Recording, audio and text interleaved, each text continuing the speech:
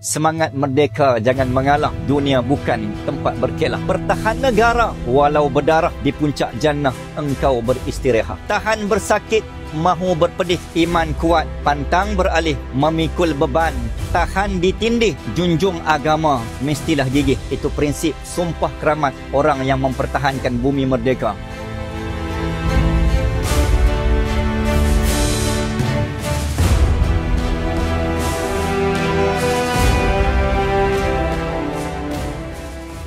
Tuan-tuan, insya-Allah, muslimin dan muslimat rahimakumullah, nak bawa cerita tentang merdeka, ayuh berikan perhatian sepenuhnya tuan-tuan. Mudah-mudahan hati kita tidak dilonggar oleh ikatan dunia. Sebaliknya, diperkuatkan dengan ikatan akhirat dan pada Allah Azza wa Jalla, insya-Allah. Okey, merdeka jika dieja mengikut aksara Jawi, mim ra dal ya kaf alif, ejaan Jawi. Jika dihitung dan disusun atur dari segi maksud mengikut aksara huruf abjad Jawi, mim ra dal ya kaf alif, maksud awal ialah mengikut Rasul dan yakin kepada Allah. Mim ra dal ya kaf alif. Ada tak ayat ataupun dalil yang Allah memberikan pencerahan dan penjelasan tentang merdeka? Ayat mudah dan dalil mudah yang kadang-kadang kita tak faham. Bismillahirrahmanirrahim. Idza jaa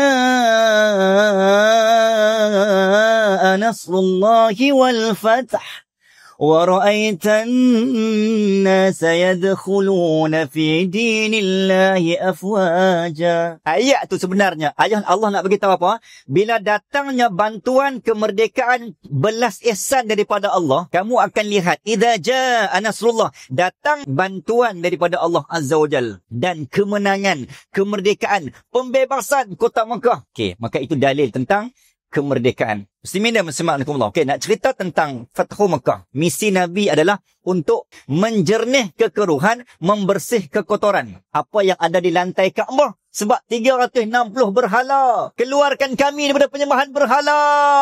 Nabi duduk di Mekah 53 tahun, tak boleh, tak berjaya. Belum diizinkan Allah pindah ke Madinah. Nak habak kata betapa payah nak merdeka ni. Bukan main ayat liar. Nilai dia. Pindah ke Madinah 8 tahun tuan-tuan. Pada 6 Hijrah nak pergi ke Hudaibiyah. Patah balik dalam keadaan ihram. Patah balik. Dihalau oleh Quraisy, Abu Sufyan. Sehinggalah 8 Hijrah. 8 tahun plus 53 tahun di Mekah. 53 plus 8 years tuan-tuan. All together. There is around 60 years yang diperlukan oleh Nabi untuk memerdekakan Mekah.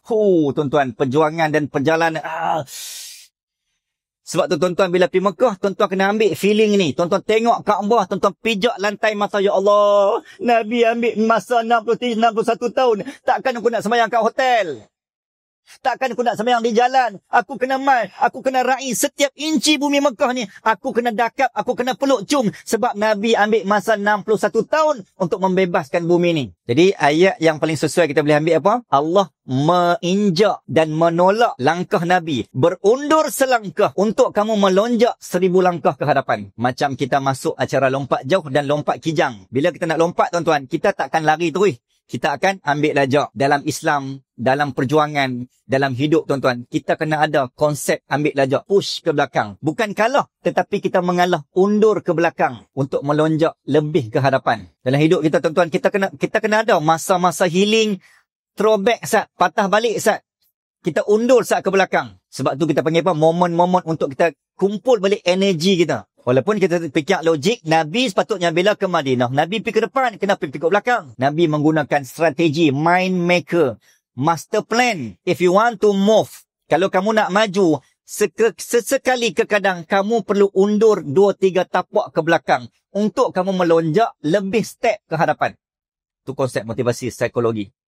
Nabi ajak kita tuan-tuan. Macam itulah yang dibuat oleh pedagang dan pejuang yang memerdekakan bumi Pulau Pinang pada tanggal 1732, 54 tahun before arrival Captain Sir Francis Light. Bila saya sebut tentang perjuangan Nabi untuk memerdekakan ni, disebut dalam satu kajian. Contohnya Dr. Haikal Hasan dalam kitab Qisasul Da'wah fi Daulah Indonesia pernah mencatatkan bahawa orang buat kajian pasal apa bumi timur ni, kenapa Malaysia dijajah? Kenapa tanah Melayu Malacca Empire? Kenapa kerajaan Kedah Tua diserang? Kenapa Pulau Pinang terlucut sistem diraja? Sedangkan bumi ni bumi ada sultan. Kenapa Melaka terputus sistem kesultanan? Bertukar kepada ketua menteri menjadi negeri-negeri selat. Why? Kenapa orang nak attack sangat Bani Timur ataupun kita kata tanah Melayu. Dalam kitab Al-Fitan, hadis la taqumus sa'ah, panjang hadis akhir zaman. Nabi kata apa? Tidak akan berlakunya kiamat, yang dibawa oleh Sayyidina Huzaifah Al-Yamani. Kiamat tak akan berlaku selagi mana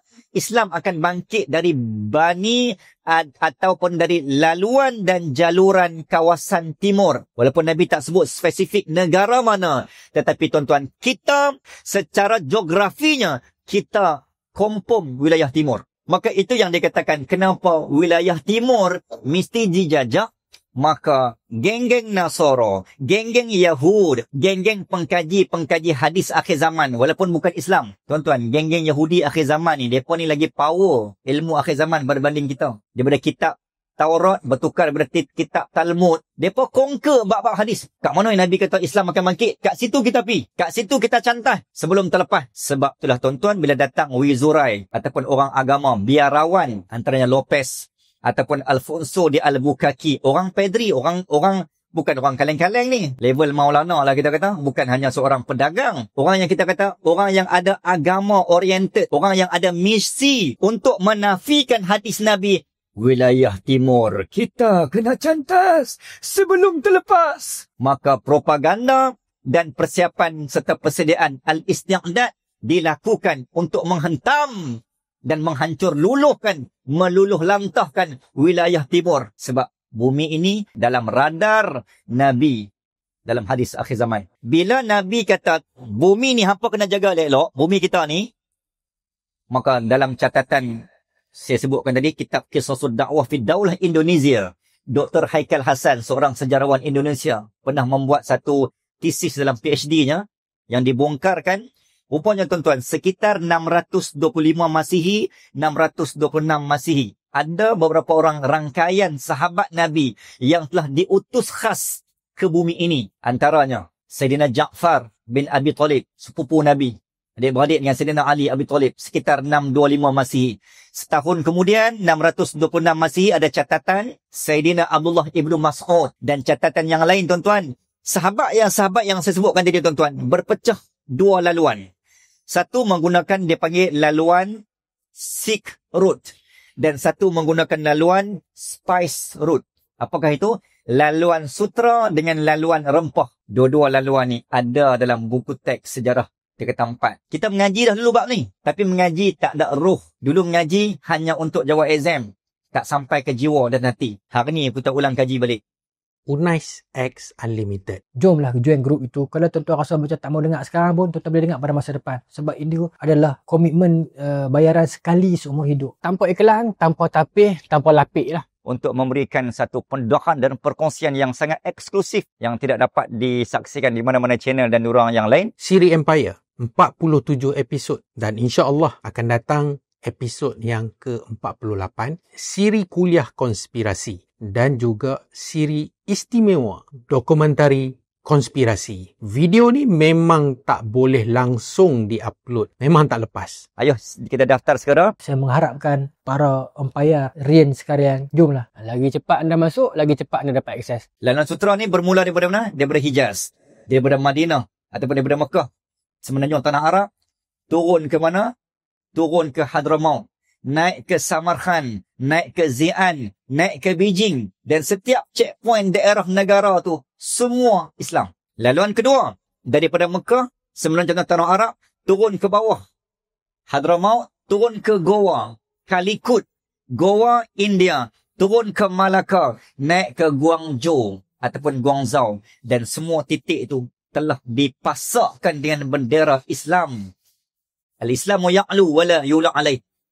Sekitar tahun yang saya sebutkan tadi, tuan-tuan. 625, 626. Waktu tu Nabi masih hidup. Dan yang terakhir Sayyidina Sa'ad ibn Waqqas yang mengislamkan Guangzhou pada sekitar 670 Masihi bersamaan dengan 48 Hijrah. Nah, Abang Mai kata, tuan-tuan, kawasan wilayah ini, wilayah negeri Kedah ataupun pulau Tanjung Penaga ni, sebenarnya dah dilalui oleh sahabat-sahabat Nabi yang bawa Islam. Tuan-tuan tak rasa apa, tuan-tuan? Aku ni, kami Islam ni. Kami ni kemah ni. Tanah ni. Saya nak bagi tuan-tuan rasa kebanggaan. Kita ni dah Islam semenjak zaman Nabi hidup lagi. Cuma bukan secara official. Dan kita tak ada zaman tu. So jangan buat kaleng-kaleng setiap inci bumi timur ni. Sebab tu Portugis, Belanda, Inggeris, Jepun, mereka akan peduli tanah yang kita yang tak peduli. Kalau mereka tak peduli tuan-tuan, mereka takkan main jajah. Tapi sayang, kita yang membiarkan setiap inci bumi ini hilang.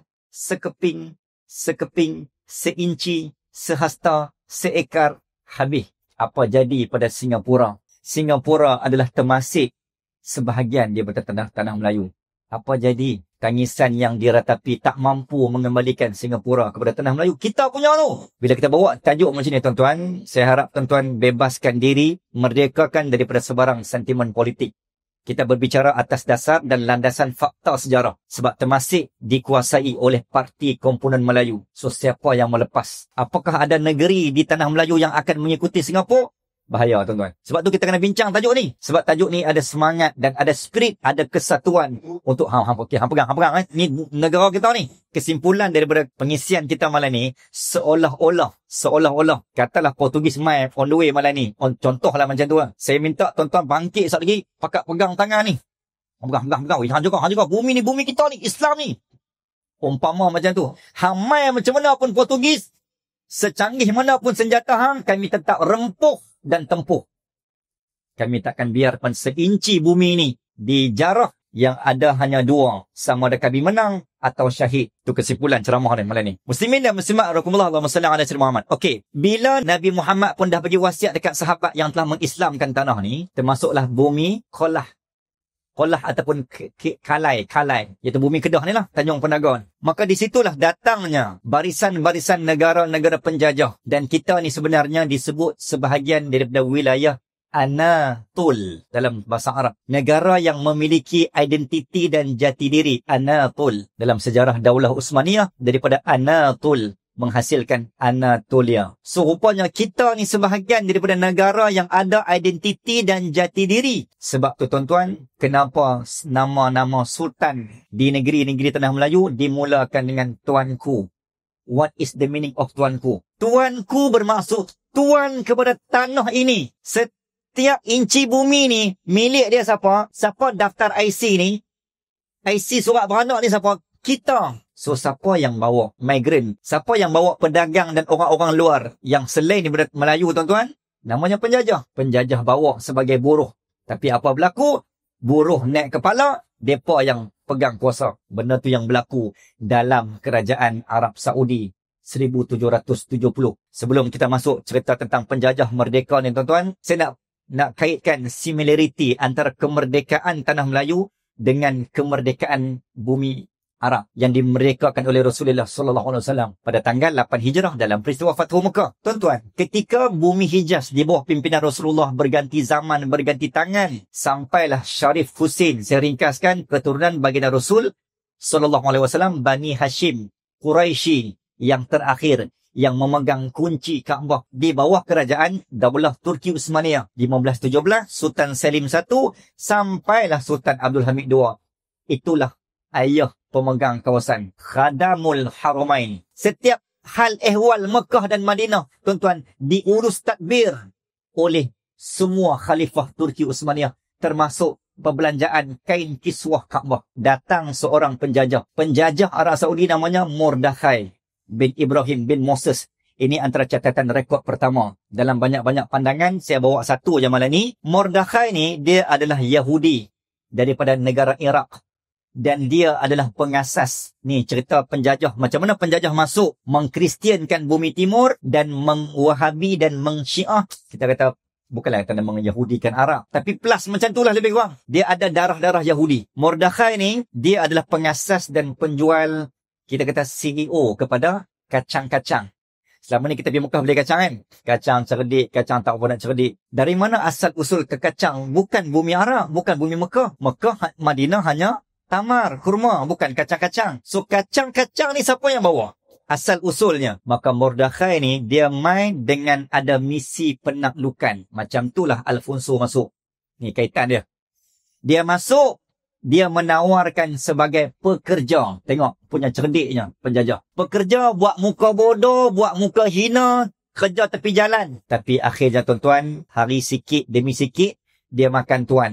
Sehingga kan dia yang membunuh tuan yang memberikan dia kepercayaan. Ni gunting dalam lipatan. Dia yang menyatukan Al-Hasab, Najd, Diriyah. Ini daerah-daerah kesatuan di bawah Mamlakatul Saudi Arabia, KSA. Kesatuan Saudi Arabia tu, dia ada 13 daerah. Dan dia yang menyatukan. Daripada keturunan dia, dia bawa kacang-kacang masuk ke Mekah. Dan dialah antara catatan mengatakan, orang pertama yang memulakan asal usul kacang-kacang tu. Kacang kuning, kacang cerdik. Pengasasnya daripada plus minus Yahudi. Ayahnya Yahudi berkahwin dengan orang Arab. Daripada keturunan Rabi'ah. Keturunan 4 beradik Mudar. Mudar menghasilkan keturunan Rasulullah. Adik-beradik dia Rabi'ah. Daripada Rabi'ah inilah yang berkahwin dengan Mordekhai plus melahirkan Bani Sa'ud yang ada hari ini. So, darah yang ada pada Bani Sa'ud, saya tak beranilah nak claim secara jelas. Tapi itulah catatan. Maksudnya, ada something. Nak kata something wrong pun tak nak berani. Something. Poin saya tuan-tuan, dulunya Mekah Nabi dah bebas. Nabi dah merdeka kan. Tak ada Kaabah, tak ada berhala dah. Tiba datang penjajah yang ada mata-mata Yahudi. Akhirnya hari ni mereka kuasa bertukar daripada bangsa keturunan Nabi Bani Hashim. Habis 1932. Ranak keturunan Nabi pergi mana tuan-tuan? Dihalau ke Jordan. Daripada Jordan bawa daripada keturunan generasi ke-8 namanya Muhammad Isa. Turun ke Hadramaut. Hadramaut pindah pula ke Indonesia ke timur, melahirkan keturunan para habaib. Itulah Ahlul Bait. Kita tengok tuan-tuan secara rekod. Portugis mai, sebelum dia takluk Melaka, dia buat apa tuan-tuan?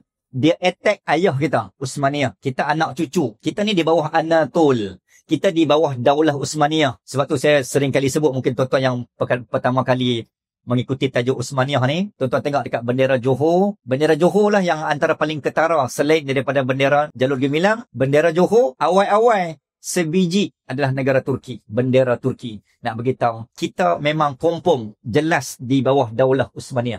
Nak lawan ayah tak mampu. Nak lawan mak tak mampu sebab power Turki ni, World City, the Iron Man, the most powerful kerajaan yang paling kuat di dunia 600 tahun lebih. Siapa berani lawan? Datang bangsa penjajah. Dia nak takluk direct lawan Turki. Tak boleh.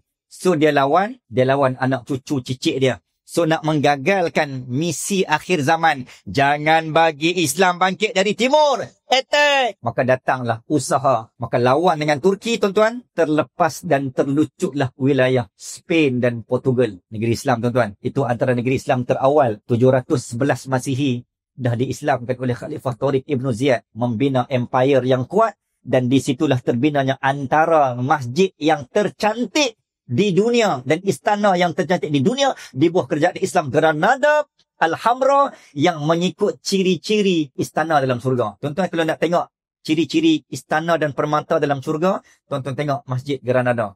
Memang ciri binaan ukiran dia, memang dia follow apa yang Quran sebut. Tiba-tiba kalah 1492. Disitulah titik mula penjajahan Melaka berlaku. 1492. Bila kalah, masuk Lopez de Esquerra, Vasco da Gama. Apa yang berlaku tuan-tuan? Training demi training sebab nak lawan Turki di Melaka. 1492 terlucut dan terlepas wilayah Islam. Khalifah Al-Musta'in, khalifah terakhir, menangis seperti bayi. Ya Allah, aku buat apa ni? Aku tak berjaya dan berdaya mempertahankan dan melawan bumi ini, mempertahankan Islam di bumi ini. Aku nak jawab apa? Ini poin kita. Bila jatuhnya sistem beraja dan diraja sultan di Pulau Pinang ni, wilayah negeri Kedah, tuan-tuan, kita nak jawab apa? Aku tak berjaya mempertahankan Al-Filfilani ni. Macam itulah ayat. Portugis masuk Melaka 1511. Serangan pertama tuan-tuan, kes 1509. Nak takluk Melaka, dia buat preparation punya ganas ni. Dia takluk Calicut dan Goa. Goa ni Islam. Sahabat sampai dah. Itu yang saya kata ni. Kita bila baca sejarah ni, ya Allah, kita rasa berdosanya aku biar tanah tu no. Sahabat main susah payah kot main daripada Madinah ni. Main Islam kan, aku tengok saja. Hui, kita nak jawab apa ni depan Nabi ni? Depan para sahabat yang telah memperjuangkan Islam di setiap inci bumi kita. 1508, 1509, Goa dikristiankan oleh Alfonso 2 tahun sebelum serang Melaka. Saya ringkaskan, 10 Ogos berlaku serangan pertama, first attack, kalah, Portugis patah balik. Macam mana boleh menang? 24 Ogos, tuan-tuan, berlaku serangan kedua. 2 minggu kemudian, datang menyelinap daripada belakang. Datang dari belakang, tuan-tuan. Jumpa orang suruhan. Datang Portugis, datang Alfonso, datang penjajah. Hampa kalau lepas buka jalan kat kami, harta, takhta, mahkota, dunia, pangkat, jawatan, YB, parlimen, kami angkat hang. Beberapa kuncu-kuncu orang yang diberikan arahan dan amanah. Habis jati diri, identiti, kebangsaan, kenegaraan, hubul watan, hancur. Maka mereka lah yang tuan-tuan pun tahu, si Kitul, Raja Mendeliar, Naina Cetu, antara manusia-manusia yang buka laluan jambatan kota. Itulah laluan akhir, benteng akhir. Dia buka, Portugis masuk. Habis. Apa dia buat? Hari pertama, ni. Yang pertama, nak hancurkan Islam, hancurkan sistem institusi beraja dan diraja. Sultan Mahmud berjaya dihalau. Sampailah Melaka tak ada sultan. Itu kesan. Sebab pada sultan, tuan-tuan, ada daulat. Pada sultan, ada syiar. Pada sultan, ada maruah. Pada sultan, ada kehormatan. Sultan jatuh, agama jatuh, bangsa jatuh. Maka benda pertama, lengserkan, hancurkan kepercayaan orang dan jatuhkan kredibiliti sultan. Maka sistem diraja Melaka jatuh rana. Tuan-tuan belajar sejarah, Sultan Mahmud mengunuh diri ke Kampar, ke Muar, sampai ke Bentan, meninggal. Laksamana Bentan. Kan sampai budak sejarah belajar. Masuklah generasi Sultan Mahmud mangkat di Julang. Lepas tu anak dia Sultan Ahmad, Sultan Muzaffar pindah ke Perak, ke Johor. Dan riwayat susur galur sultan-sultan ini terputus. Kecuali sistem beraja di dunia yang tidak terputus dan paling lama di dunia. Dibukukan dan dibuktikan oleh Guinness Book of Record dan Heritage, UNESCO dan seumpamanya. Satu-satunya sistem beraja yang tidak pernah terputus. Berasal daripada Maharaja Deba Raja, bawa Islam 630 Masihi, diislamkan semula oleh Syekh Abdullah Al-Qumairi. Lahirlah Raja Sallallahu Alaihi Wasallam Sultan Muzaffar. Tidak lain tidak bukan adalah sistem kerajaan Kedah yang kita tumpang bernaung di bawahnya, Tanjung Penaga, sebelum dirampas dengan penuh rakus 1786. Habis tanah Melayu. Tanah kita habis 1786. Kalau tidak kita ada sultan sampailah. Itulah perangai British dan juga penjajah. Lengserkan sistem. Tuan-tuan, dalam tanah Melayu ada 3 lah. Penang, Melaka dan Singapura termasuk 2 negeri, Penang dan Melaka terutamanya. 2 sampai hari ini tak ada sultan. Memang itulah dasar penjajah. Yang kedua, goyang dan pecahkan akidah mereka. Nak pecah akidah, nak pecah ibadah, nak pecah syariat, nak pecah ukhuwah, nak pecah muamalah, pecah dan hancurkan masjid. Maka yang kedua, Masjid Agung Melaka dihancurkan. Dan di bawah tapak itulah dibina kota Formosa antara pandangan. Kita yang tak mengaji sejarah, kita tak tahu benda ni kan. Inilah matlamat yang diingin penjajah supaya kita jangan tahu. Dalam sejarah ada spirit. Ada bangkit, ada satu. Tuan-tuan, dalam banyak-banyak bangsa di dunia, bangsa yang paling hilang identitinya adalah bangsa Melayu. Kita tak tahu sejarah kita. Benda ketiga yang dirampas oleh Portugis lepas sistem diraja dimansuh, masjid dihancur. Yang ketiga, segala dokumentasi dan catatan rekod manuskrip hukum konun undang-undang Melaka telah dirampas dan ditemui catatannya di Moscow Museum dan juga di England. Ini hak milik kita. Flora di Mar, kapal di Melaka. Kapal tu bila manuskrip yang dibawa oleh Portugis, tuan-tuan, dia nak hancur musnah macam orang buat jahat. Dia nak hapus bukti. Macam itulah. Hampa jangan kenal bangsa hampa. Macam itulah yang berlaku ketika Sultan Abdul Hamid II wafat, aku buang dia, generasi pun jangan masuk sehingga 1974. Seorang pun jangan kenal dan jangan tahu keturunan hampa. Yang saya sebut tadi, Flora di Mar tu kapal replika di Melaka kan. Dan dibawa manuskrip antara catatan dengan orang-orang yang dirampas daripada tanah Melayu Melaka, tuan-tuan, dibuang dan dikaramkan di laut dan dibunuh. Jemaah haji Melayu di atas kapal tu. Kita hak tak tahu, pergi ambil gambar. Oh, teka-teka, bangganya, cantiknya kapal Portugis ni. Tapi macam mana dah tak tahu kan? Tak salah jugalah. Antara negara yang pernah melalui nasib kita adalah kerajaan India yang ada raja, tuan-tuan. 349 tahun. Dinasti Mughal 333 tahun. Dimusnahkan oleh penjajah. Dan salah satu pejuang dan pemerintah dinasti Mughal adalah Shah Jahan yang membina Taj Mahal. Kejayaan antara kejayaan Shah Jahan, tuan-tuan, ini yang jarang disebut mungkin, adalah kejayaan dia telah berjaya mengahli sunnah wal jamaahkan isterinya Mumtaz Mahal daripada Syiah Iran. Sejarah yang kita jarang dikongsi. Kita duk tengok, oh cantiknya lawanya. Hang tak tahu benda ada roh sebenarnya. Shah Jahan pemimpin Sunni daripada dinasti Mughal sebelum dilengsirkan oleh penjajah. Bila penjajah masuk, Portugis 1511, 1641. Belanda 1641, 1824. Inggris 1786, sampailah 1824, 1942. Japan 1942, 1945. Serah balik kat British 1945 sampai 1957. Total up, tuan-tuan, is around 446 years kita berada dalam cengkaman jajah. Apa kesan akhir dia? Berapa negara terlucut dan terlepas. Sultan tak ada. Yang kedua, mereka lantik Governor General. Lahirlah manusia-manusia yang saya akan sebut nama. Sebelum tinggal tanah, hampa nak ambil sangat kan? Hampa nak merdeka kan? Hampa tunggu. Dihantar dan diutus generasi daripada setiap penjajah. Dia panggil Anglophile ataupun Anglo-Saxon. Mungkin tuan-tuan boleh search benda ni. Dalam kitab sejarah disebut. Anglophile ni apa? Orang yang berbangsa penjajah, berasimilasi dan bernormalisasi dan sebahagiannya berkahwin dengan generasi penduduk peribumi tanah Melayu, dan mereka ni di brainwash dan didoktrin kena mengangkat penjajah. Dan mereka ni lah kita panggil muka Melayu berhati British, muka Melayu berhati Portugis, muka Melayu berhati Jepun, muka Melayu berhati Belanda. Kita kata pengkhianat bangsa. Inilah lahir keturunan ni. Mereka ni adalah pemuka penjajah, pemuka British, pemuka Portugis. Satu ada generasi keturunan tu sampai hari ni. Geng-geng ni yang sikit-sikit penjajah. Sebab tu tuan-tuan, kenapa persoalan yang saya timbulkan kita di Pulau Pinang. Ketika Sir Francis Light keluar, apa yang ditinggalkan kita? Dia meninggalkan nama. Diambil sempena dengan Raja George yang ketiga. Maka diletakkan nama. Pasak hampa kena hafal. Aku tinggal, tapi hampa-hampai keturunan kami. Pasal apa mereka tak letak nama kita? Yang buka Penang siapa? Nakhoda Nan Intan, Tuan Haji Muhammad bin Saleh, Datuk Jenatun, Nakhoda Nan Bayat. Tapi kenapa di Penang dan di seberang, di Provinsi Wellesley ataupun di Tanjung Penaga ni, satu habuk jalan pun saya tak jumpa yang menggunakan nama 3 orang. Why? Ini pejuang dan pembuka Pulau Pinang. Kenapa kita mau mengangkat Raja George III menjadi Georgetown?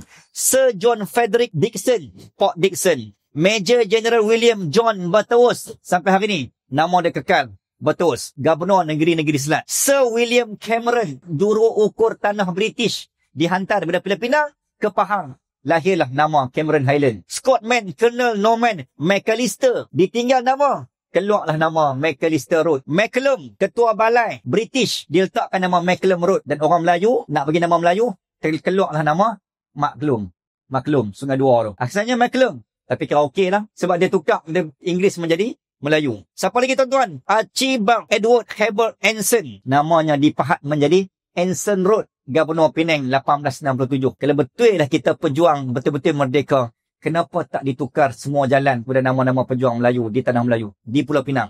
Why? Kita bukan menentang kemodenan, kemajuan tu. Tapi di mana jati diri dan identiti kita? Kenapa masih mengekalkan nama-nama tu? Mudah-mudahan benda yang saya kongsi ni tidaklah menjadi satu sentimen, kebencian ataupun permusuhan. Tetapi sekadar untuk mencari sesuatu yang hilang. Yang dikatakan jati diri dan identiti kita, tuan-tuan. Jadi kesimpulan, Saudara Muhammad, yang pertama, siapa yang ada tanah, jangan jual tanah. Jual pokok tak apa. Jual lah pokok durian. Tanah jangan jual. Pegang, satu. Simple ayat. Yang kedua, sejarah itu bukan hanya untuk diperdengar, tapi untuk diulang dan dilakar. Jadilah bangsa yang melakar, bukan bangsa yang bercakar. Bukan dengar, what is our contribution? Jadi sekadar itu yang dapat dikongsikan. Mudah-mudahan jejak yang kita tinggalkan, jejak yang akan menjadi jejak yang berpahala. Jadi setiap inci, tuan-tuan jalan, tuan-tuan pergi kerja, ni, semua jalan Penang ni, pahala dapat kat siapa? Dapat kat orang-orang hak buka tanah Pulau Pinang lah. Tok-tok guru tadi, dekat Georgetown, dekat Macklem, tak ada pahala pun. Buah nama mereka tak ada pahala. Kita berjalan, kita buka masjid atas tanah dia, tak ada pahala. Tapi kalau bubuh nama pejuang-pejuang tadi, sekali kita guna, pahala mengalir untuk mereka. Sebagaimana tanah Pulau Pinang ni dibuka dan digunakan. Aku kaulah hadza. Mohon maaf andainya ada kekurangan dan kecacatan sepanjang perkongsian saya. Mudah-mudahan saya dan tuan-tuan diberikan kekuatan untuk meneruskan dan mempertahankan bumi ini insya-Allah. Mohon maaf sekali lagi. Aku qaula hada wa astaghfirullahal azim li wa lakum wa billahi taufiq wal hidayah. Wassalamualaikum warahmatullahi wabarakatuh.